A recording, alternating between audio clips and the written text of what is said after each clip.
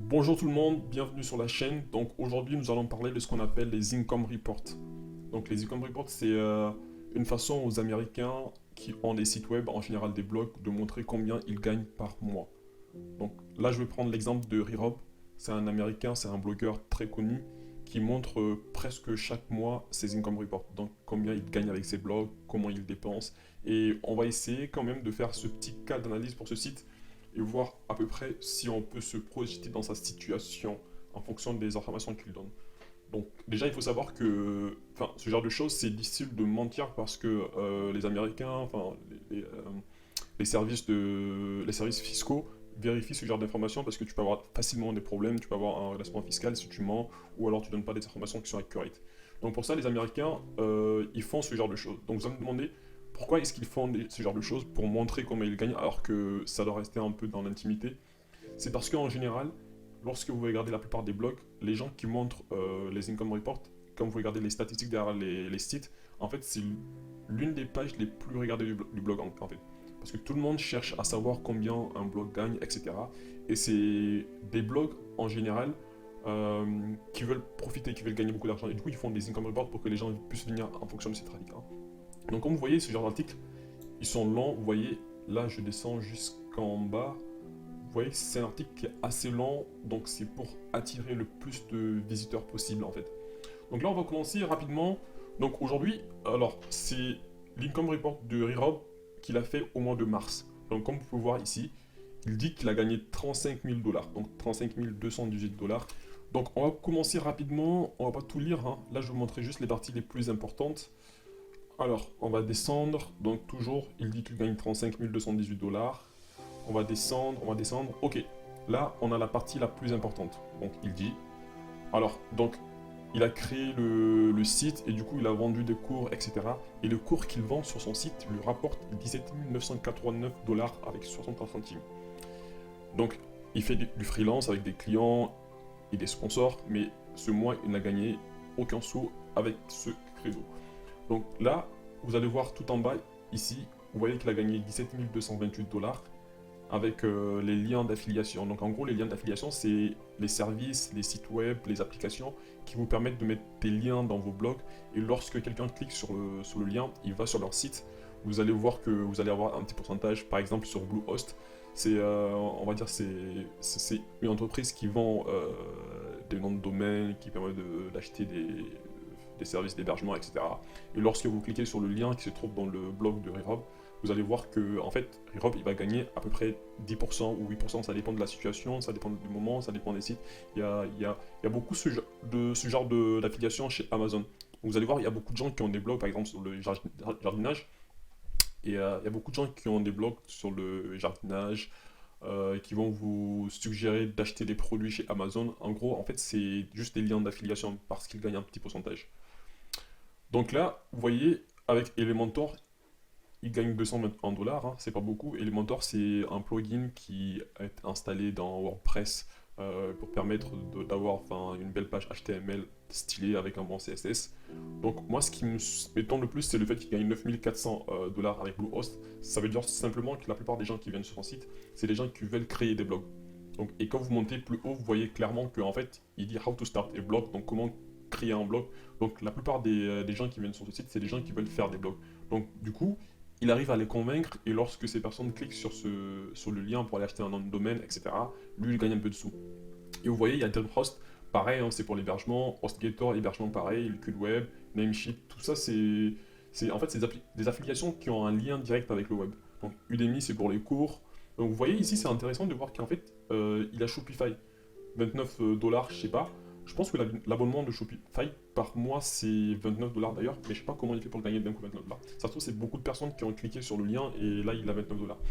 Et quand vous regardez très bien, là je vois avec Dreamhost il a 4000 dollars, avec Bluehost il a 9000 dollars. Ça veut dire qu'en fait, les affiliations d'hébergement lui rapportent beaucoup d'argent dans ce créneau. Donc je vous invite vraiment à aller sur son site et voir de manière plus près euh, tout ce qu'il fait et comment il fait pour mettre les liens d'affiliation parce que c'est quelque chose de très important. Lorsque vous avez un blog ou un site, ça va vous permettre de vraiment générer votre revenu et avoir un peu plus de sous que d'habitude, hein. Donc là, vous voyez très bien qu'il y a des liens d'affiliation qui ne marchent pas. Il gagne 0 dollars. Et sur certains automatiques WordPress, ça je sais pas trop ce que c'est, sûrement c'est un plugin qui permet forcément de faire quelque chose sur WordPress. Et si on continue, je descends, là il y a une rubrique qui parle de expense breakdown, en gros c'est ce qu'il dépense. Donc quand tu as un blog, en fait tu as aussi des dépenses. Par exemple, quand tu as un nom de domaine, lorsqu'il expire, tu dois acheter un nom de domaine. Quand tu as un service d'hébergement, tous les mois tu dois payer l'hébergement de ton site, en gros le stockage des fichiers sources de ton site web. Donc comme vous voyez ici, Rerob il paye 300$ pour Kinsta. Je vais aller sur Kinsta, je vais vous montrer. Alors Kinsta, vous voyez, voilà, c'est un service d'hébergement des sites WordPress. Donc il paye 300 balles. Peut-être son site internet rerob.com est hébergé sur Kinsta, donc c'est à vérifier. Il paye 25$ pour SmartWP. Pour DreamHost, il paye 2$. Pour Google Drive, il paye 19$. Moi, je pense que j'ai Google Drive, mais c'est gratuit pour l'instant parce que j'ai pas beaucoup de données. Lui, je pense qu'il arrive à un certain stade où il a besoin d'avoir plus de features et plus de fonctionnalités.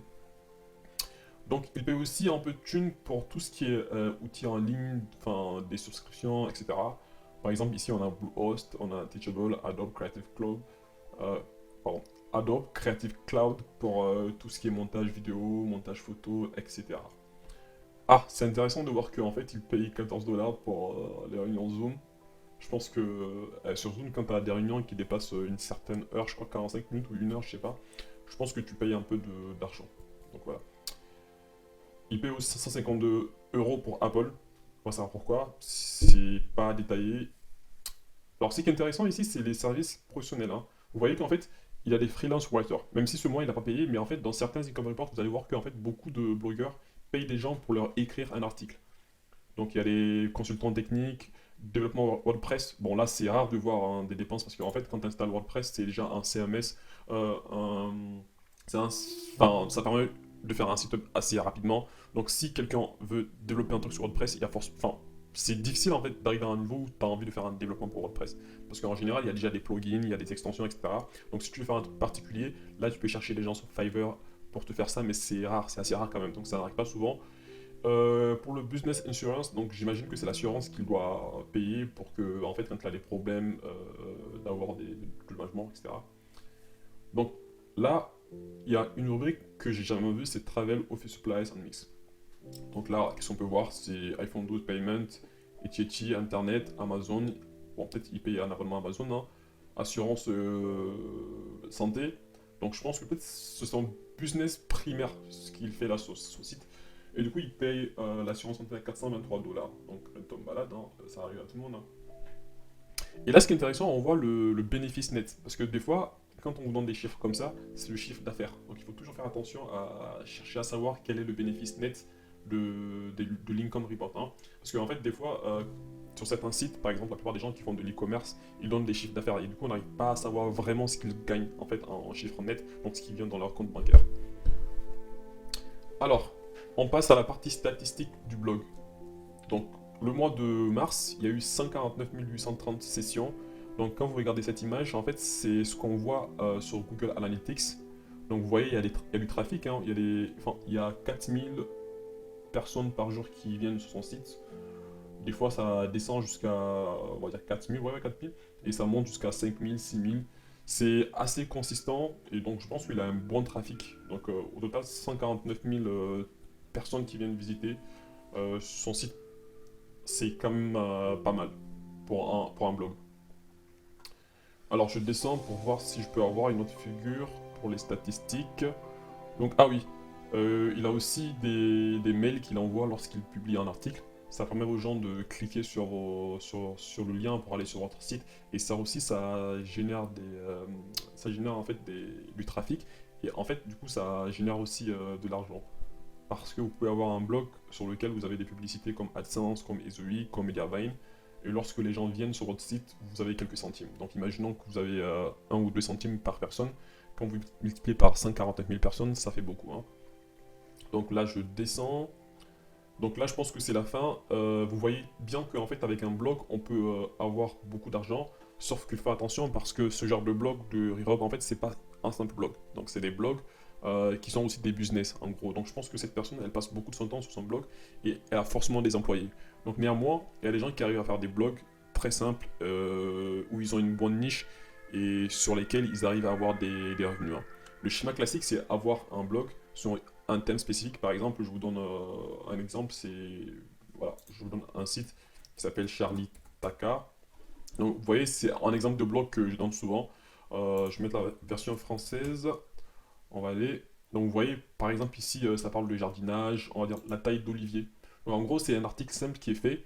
Et vous pouvez mettre des publicités, voilà, AdSense ou Mediavine ou Isovic, hein, vous pouvez gagner des sous. Sinon, vous pouvez mettre des liens d'affiliation d'Amazon, par exemple, vous pouvez parler de sécateurs, de paires de ciseaux et brancheurs, produits de cicatrisation, tout ça, vous pouvez mettre des liens d'affiliation pour gagner un peu de sous.